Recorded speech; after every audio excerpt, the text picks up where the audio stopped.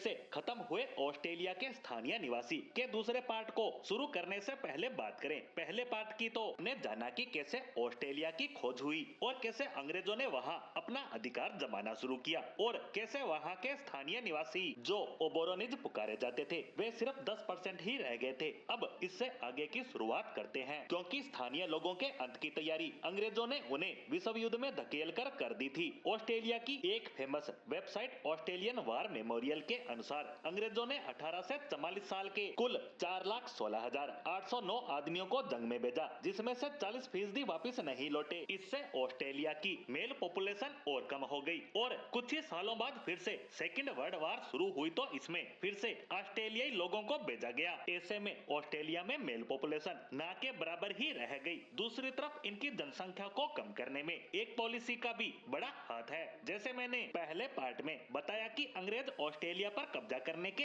इरादे से और उसे दूसरा ब्रिटेन बनाने ही आए थे, इसलिए उन्होंने एक इमिग्रेशन रिस्ट्रिक्शन एक्ट 1901, इसे व्हाइट ऑस्ट्रेलियन पॉलिसी भी कहते हैं, को लागू किया। इसका मेन एम था नॉन व्हाइट्स की ऑस्ट्रेलिया में रोक लगाई जाए। यही कारण है कि आज वहाँ मोस्टली व्हाइट ऑस्ट्रेलियन आबादी रहती है। आज वहाँ 2.6 करोड़ लोग रहते हैं, जिसमें नेटिव ऑस्ट्रेलियन की आबादी सिर्फ 3.8% है। ये था ऑस्ट्रेलिया का इतिहास। अब बात करते हैं कि यहाँ की 95% ऑस्ट्रेलियाई लैंड खाली क्यों है। तो इसका सबसे बड़ा कारण है इसकी जियोग्राफिकल लोकेशन, जो हर साल उस देश में ऐसा कहर बरसाती है कि वहाँ पर जीना मुश्किल हो जाता है। दरअसल ऑस्ट्रेलिया 3 मेजर फोरम में बटा हुआ है। पहला वेस्टर्न प्लेट्यू, इस 2/3 एरिया में सिर्फ डेजर्ट है, ऐसे में यहाँ इंसानों का रहना पॉसिबल नहीं है। दूसरा है सेंटर लोलैंड, यहाँ पूरा पार्ट लोलैंड तो है ही, लेकिन यहाँ की नदियों में नमकीन खारा पानी है, जो एग्रीकल्चर और इंसानों के लिए बिल्कुल भी सूटेबल नहीं है। और तीसरा ईस्टर्न हाईलैंड, इस हिस्से में केप यार्क पेनिसुला से वेस्ट स्टेट आइलैंड तक पहाड़ और जंगल है। यहाँ खेती लायक जमीन तो है, पर पहाड़ों के कारण इस इलाके में बेहद ही कम जनसंख्या निवास करती है। ऐसे में ऑस्ट्रेलिया में 3 वेदर कंडीशंस है। पहला डेजर्ट, दूसरा फ्लड और अंतिम की बात करें तो ऑस्ट्रेलिया साइक्लोन ड्रोन भी है। लेकिन ये सब कैसे, तो ऑस्ट्रेलिया के नीचे के हिस्से में अंटार्कटिका का ठंडा पानी है, और जब पानी गर्म नहीं होगा तो ना तो बादल बनेंगे और ना ही होगी बरसात। ऐसे में वहाँ काफी बड़ा डेजर्ट है। अब खारे पानी की बात करें तो सेंट्रल लोलैंड में मिट्टी और चट्टानें लाखों साल पुरानी है और इनकी सैलिनिटी लेवल काफी हाई है, और जब ये चट्टानें टूटती हैं तो इनमें मौजूद नमक आसपास के पानी में घुल जाता है। और अब ये भी जान लेते हैं कि ऑस्ट्रेलिया में इतनी बाढ़ और साइक्लोन क्यों आते हैं। तो